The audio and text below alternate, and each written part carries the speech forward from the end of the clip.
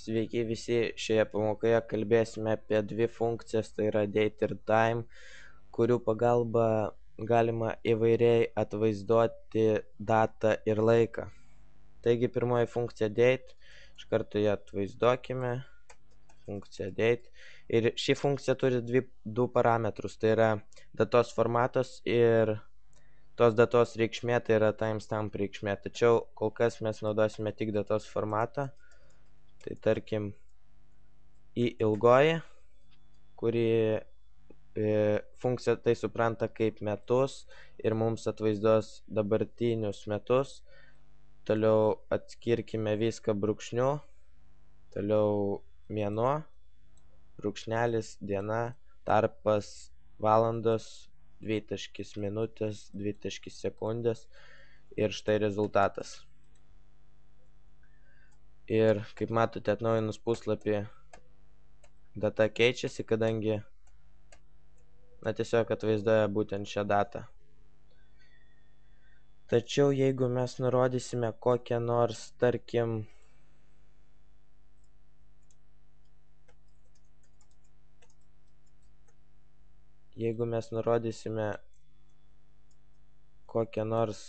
timestamp reikšmę, tai mums rodys tiesiog datą, kurios reikšmė yra 213.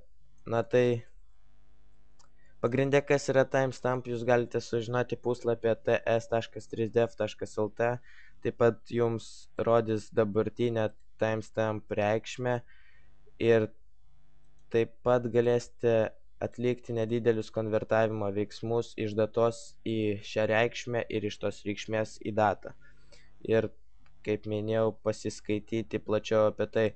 Tačiau pagrindė tai yra, sakykime, reikšmė, kuri yra pradėta skaičiuoti 1970 metais sausio 1 dieną ir nuo šios datos ši reikšmė didėja kas 1 sekundę 1 vienetu.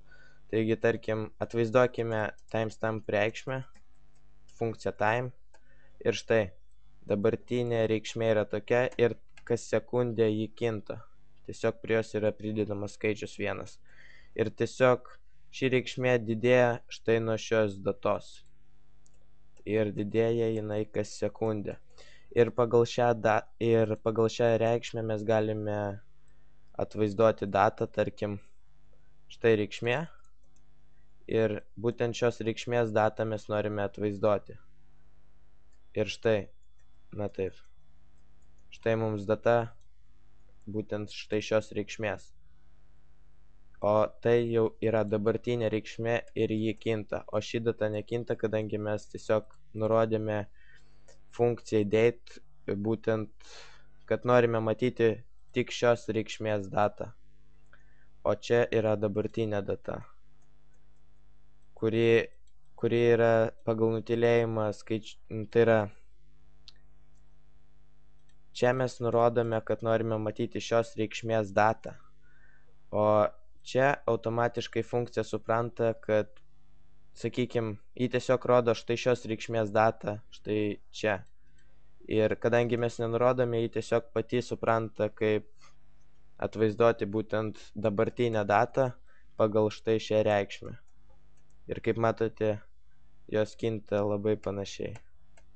Tai yra vienodai, nes pagal šią reikšmę yra nustatyta ši data. O štai ši data yra nustatyta pagal štai šią reikšmę. Ir tarkim,